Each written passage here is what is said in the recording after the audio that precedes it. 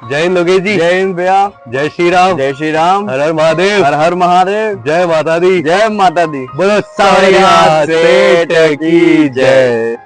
तो लोकेश जी, यस भैया, आज फिर से हम एक नई जगह पे आए। बिल्कुल, और एक नई एनर्जी के साथ। तो कैसा लग रहा है आपको यहाँ पे आके? अरे भैया मतलब अच्छा लगा। सबसे पहले तो अपना जो ये रूटीन बन गया है, जी। इसमें मजा आ रहा है। बिल्कुल। और ये जो जगह है काफी अच्छी है। हाँ जी, बताइए इस जगह के बारे में कुछ। आप पहले आए थे यहाँ पे उदयपुर में? आपने नहीं, कभी इतने सालों से उदयपुर में रह रहे हैं, आपने कभी ये जगह देखी थी? मैंने सच में इतने टाइम से उदयपुर में रह रहा हूँ और मैंने ये जगह आज तक कभी नहीं देखी। बताइए। ना जाने मेरी नजरों से ये जगह कैसे ये वो हो गई। हाँ। क्योंकि इस रास्ते से आना जाना इतनी बार लगा रहता है। बिल्कुल, ये तो मेन सिटी के अंदर है। सिटी के अंदर है। जी जी जी। और इतना आना जाना रहता है और मैं इस जगह के बारे में कभी जान नहीं पाया, बिल्कुल। या फिर मुझे किसी ने बताया नहीं। जी जी जी। तो आज आपने बताया तो मैं बड़ा प्रसन्न हुआ कि यार ऐसी जगह भी है अपने उदयपुर में। बिल्कुल। और पहले तो मैंने सोचा होगी एक नॉर्मल जगह, बिल्कुल। जाएंगे बैठेंगे, लेकिन जब जगह में अपन एंटर हुए क्या एक्साइटमेंट है। जी, मतलब जी, मजा आ गया मुझे। मजा आ गया ना? बिल्कुल बिल्कुल। जगह के बारे में कल हम जब बात कर रहे थे कि हम नेक्स्ट कहाँ जाने वाले हैं, क्या करने वाले हैं, तो हमारे पास कोई अच्छी लोकेशन नहीं मिल रहा था। तो भैया ने बताया कि एक और अच्छी जगह है जो महाकालेश्वर नाम से मंदिर है, अपने उदयपुर में स्थित है, जो अपने ये रानी रोड से पीछे की तरफ जाते हैं, जैसे कि लेक है फतेह सागर का, तो उसी रोड के अपने कॉर्नर पे जहाँ से रानी रोड स्टार्ट होता है वहां पे ये मंदिर स्थित है। और जैसे कि मंदिर के बारे में अगर विशेषता की बात करें तो मंदिर काफी भव्य, बड़ा और काफी एनर्जेटिक मंदिर है महाकालेश्वर जी का। तो मंदिर बहुत अच्छा है, तो आप सभी भी पधारिए। जी। अपने दर्शकों को यही कहना चाहेंगे, आप सभी एक बार यहाँ पे आइए। और जी। सुबह के वक्त पे ज्यादा अच्छा रहता है यहाँ पे आना। तो आप जब सुबह आएंगे तो आपको जो चिड़ियों की चहचहाट, जो लोगों का आना, वो बहुत अच्छा लगेगा आप सबको। जी। तो इस मंदिर की एक और खासियत ये है कि ये फतेह सागर झील के एकदम बैंक पे बना हुआ है, स्थित है। आप यहाँ से पानी का व्यू ले सकते हैं, फतेह सागर का व्यू ले सकते हैं। इंफ्रास्ट्रक्चर बहुत ज्यादा डेवलप हो गया है यहाँ पे। बहुत ज्यादा। आप आराम से यहाँ पे आधा घंटा 1 घंटा आके अपना खुद का समय व्यतीत कर सकते हैं, ऑब्जर्व कर सकते हैं नेचर को।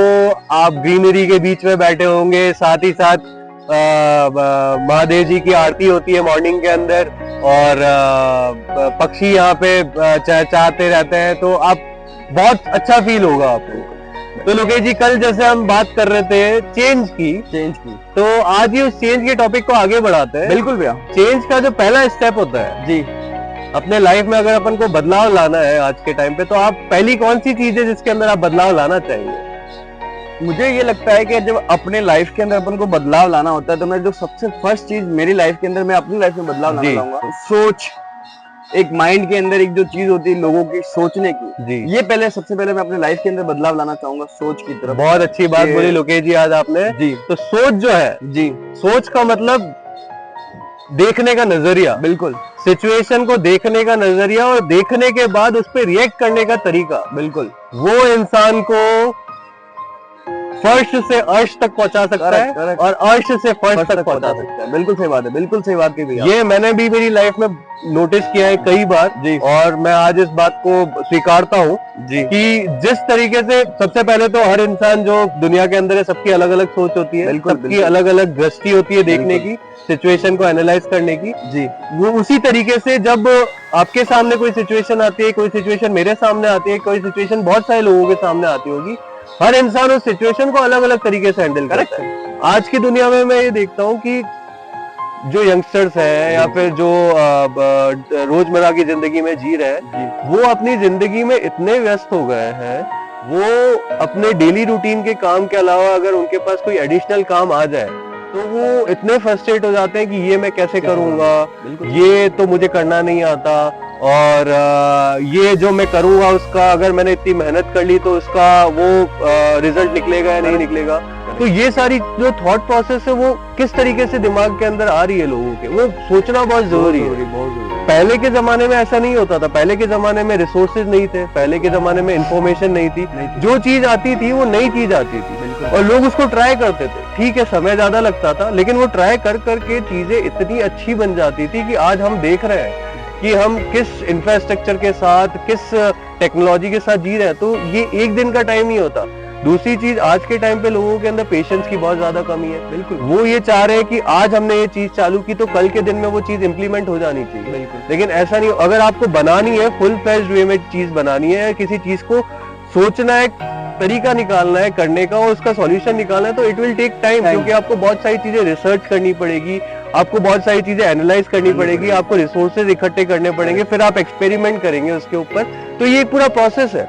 जानना चाह रहा था जी कि आप अपनी सोच के बारे में, जी जो आप भी सेल्स के अंदर है तो अलग अलग तरीके के लोगों से मिलते होंगे, बिल्कुल, आपकी पूरी दिनचर्या के अंदर शायद मुझसे भी ज्यादा आप पब्लिक डीलिंग करते हैं, बिल्कुल। तो आपके साथ भी बहुत सारे केसेस ऐसे आते होंगे या मैटर्स ऐसे आते होंगे जिसके अंदर आपको ऐसा लगता होगा कि मैं हर एक इंसान के साथ अलग अलग बर्ताव करके उनको अपनी बात कैसे कन्विंस करा सकूं या फिर उनको कैसे इन्फ्लुएंस कर सकूं। तो आप कैसे करते हैं, क्या चीज फॉलो करते हैं? जी, तो जैसा कि आपने मुझे बताया कि सोच के बारे में, कि मैं इतने लोगों से रोज मिलता हूँ और इतने लोगों से डीलिंग करता हूँ, तो देखिए जब कोई पर्सन मेरे पास आता है तो उसके माइंड के अंदर एक वो ऑलरेडी प्रिस्क्रिप्शन बना के आता है। ठीक है। क्योंकि आज की डेट पे इतने रिसोर्सेज बढ़ गए हैं बिल्कुल। कि लोग अपनी चीजें पहले से ही क्लियर आउट करके आते हैं। बिल्कुल। कि उनको क्या करना है, बिल्कुल। कैसे करना है। बिल्कुल। ठीक है, तो जब वो मुझसे मिलते हैं तो वो एक चीज पे मुझे बहुत सारे सवाल पूछते हैं जी। तो उनके वो नजरिए निकल के आते हैं। तो हाँ। मैं लोगों को वहाँ पे ऑब्जर्व करता हूँ, फर्स्ट उनकी बातें अच्छे से सुनता हूँ। बिल्कुल एक अच्छा लिसनर बहुत बनना बिल्कुल जरूरी बिल्कुल है। लीडरशिप क्वालिटी है। बिल्कुल बिल्कुल, तो आपको एक अच्छा सुनना बहुत जरूरी है, गुड बिल्कुल, लिसनर बनना जरूरी है, बिल्कुल। ताकि तभी आप उनकी चीजों को आप क्लियर कर सकते हैं। बिल्कुल तो बिल्कुल। ऑब्जर्वेशन मेरा रहता है उन लोगों पे और उनकी चीजों को मैं एकदम उनको बता के क्लियर आउट करता हूँ कि ऐसा ऐसा है। मैं उनकी चीजों को अपने फैमिलाइज करता हूँ कि उनको बिल्कुल। इतना कंफर्टेबल करता हूँ कि मैं उनका एक घर का सदस्य हूँ, हाँ। कि जो मैं उनको बताऊंगा शायद वो गलत ना होगा। हाँ। है ना?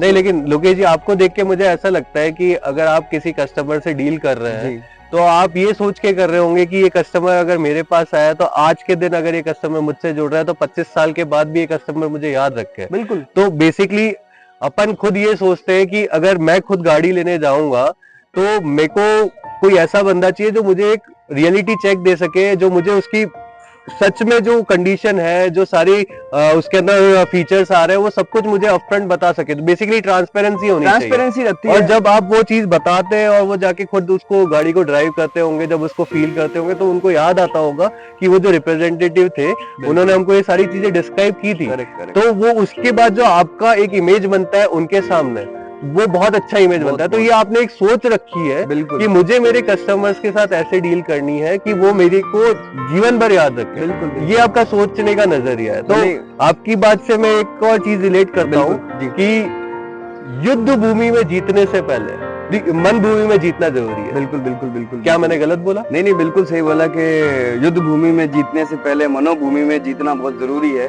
अगर कोई मनोभूमि में जीत गया जी, तो उससे युद्ध भूमि में कोई पराजित नहीं कर सकता। बिल्कुल सही बात है, बिल्कुल सही बात है, बिल्कुल। क्या बात है, आपने क्या लाइन बोली है। तो आप एग्री करते हैं इस बात बिल्कुल में? बिल्कुल बिल्कुल बिल्कुल। अब मैं आपको मेरी सिचुएशन एक बात बताता हूँ आपको, जो मैंने बहुत टाइम पहले अपनी रियल लाइफ में एक चीज फेस की थी। मैं डिस्कशन कर रहा था मेरे एक सीनियर से, जी तो उन्होंने मुझे एक परसेप्शन बताया। जी हमारे यहाँ पे फौज के अंदर बहुत सारे ऐसे एक्टिविटीज होते हैं जी। जिसके अंदर एनालिटिकल स्किल्स वगैरह सब कुछ मेजर की जाती है। बिल्कुल बिल्कुल। तो उन्होंने एक परसेप्शन बताया। उन्होंने मुझे बोला कि मैं एक आपको पिक्चर दिखाऊंगा, ओके उस पिक्चर से आप क्या रिलेट कर सकते हैं और उसके ऊपर आपको एक स्टोरी लिखनी है, सिंपल सी। तो ये सोच की बात है। बिल्कुल बिल्कुल। पिक्चर किसी भी तरीके की हो सकती है, हर इंसान अलग तरीके से सोच सकता है। तो उस पिक्चर के अंदर सिंपल सा एक था कि एक हाथी था बिल्कुल। और हाथी के ऊपर 4 लोग बैठे हुए थे। अच्छा। और उन्होंने मुझे बोला कि आप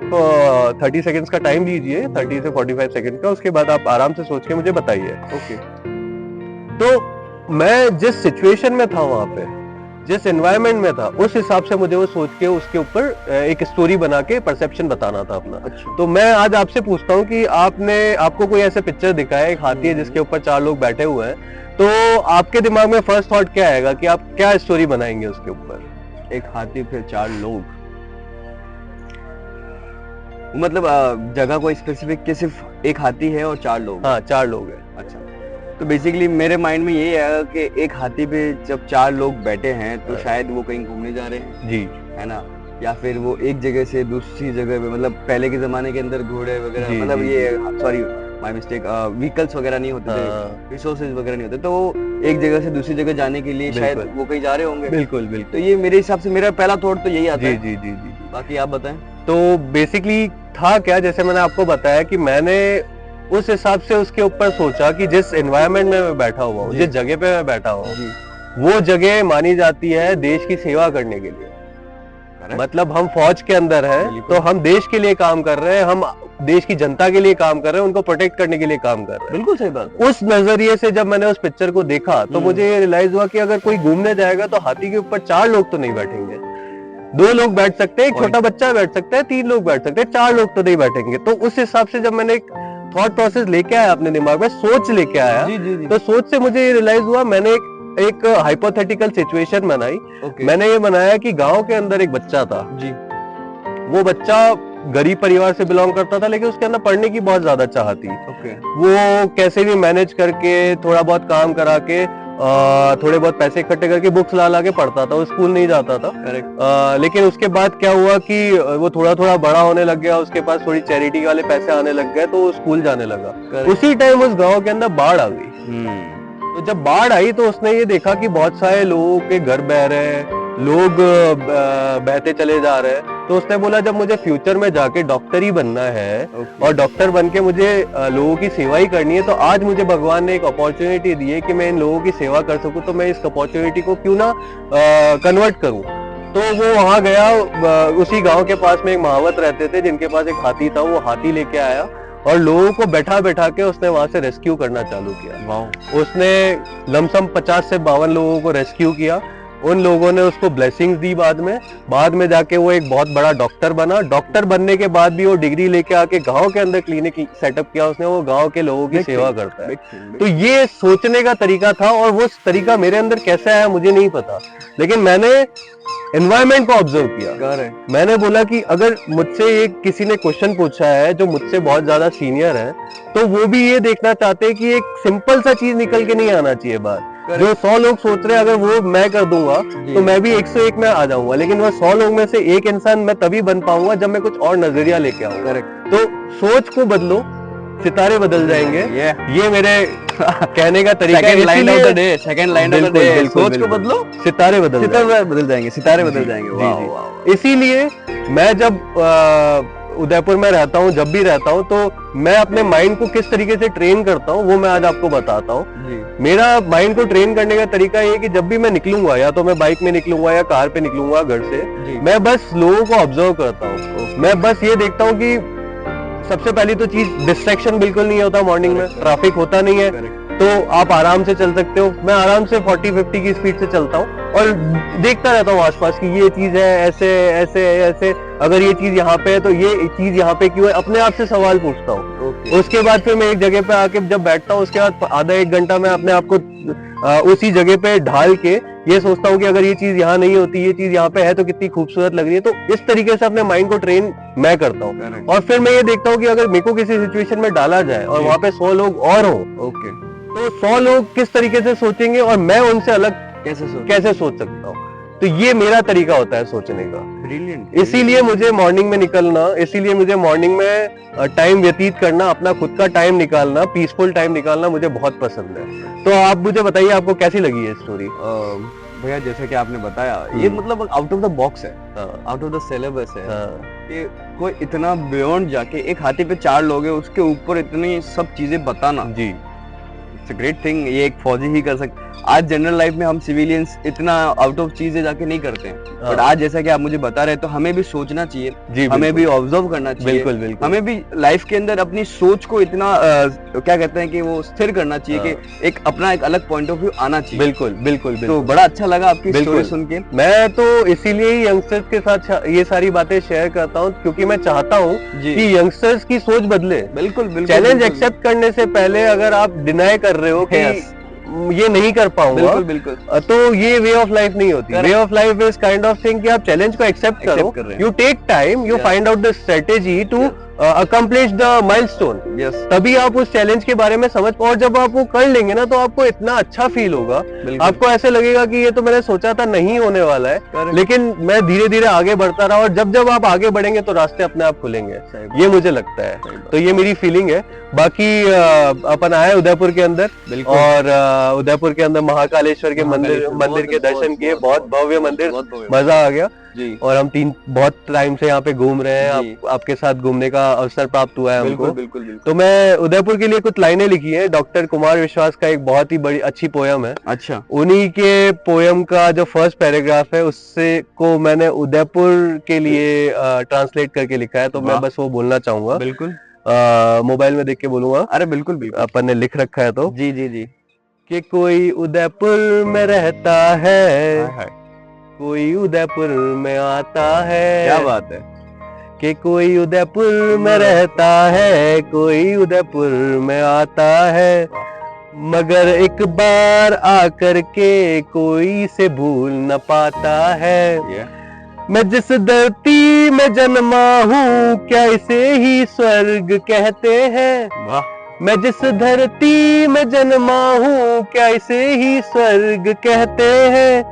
ये बस उनसे ही पूछो तुम, जो लोग यहाँ रहते हैं। क्या बात है। ये बस उनसे ही पूछो तुम, जो लोग यहाँ रहते हैं। बहुत बहुत धन्यवाद। क्या बात है, क्या बात है। और क्लैप, क्लैप, क्लैप, हम क्लैप। भगवान को शुक्रिया अदा करते हैं कि उदयपुर की पावन धरती में हमको जन्म दिया। बिल्कुल बहुत बहुत धन्यवाद। बहुत बहुत। तो इसी के बाद अपन इस कार्यक्रम को समाप्त करते हैं, बिल्कुल, भगवान बिल्कुल, का नाम बिल्कुल। लेके। बिल्कुल वापस आप हर हर महादेव जी का एक जयकारा कर दीजिए। बिल्कुल बिल्कुल। कष्ट हर, दुख हर, काल हर। क्या बात। तो हर हर महादेव। बोलो आज के आनंद की जय। जय जय श्री राधे। श्री राधे।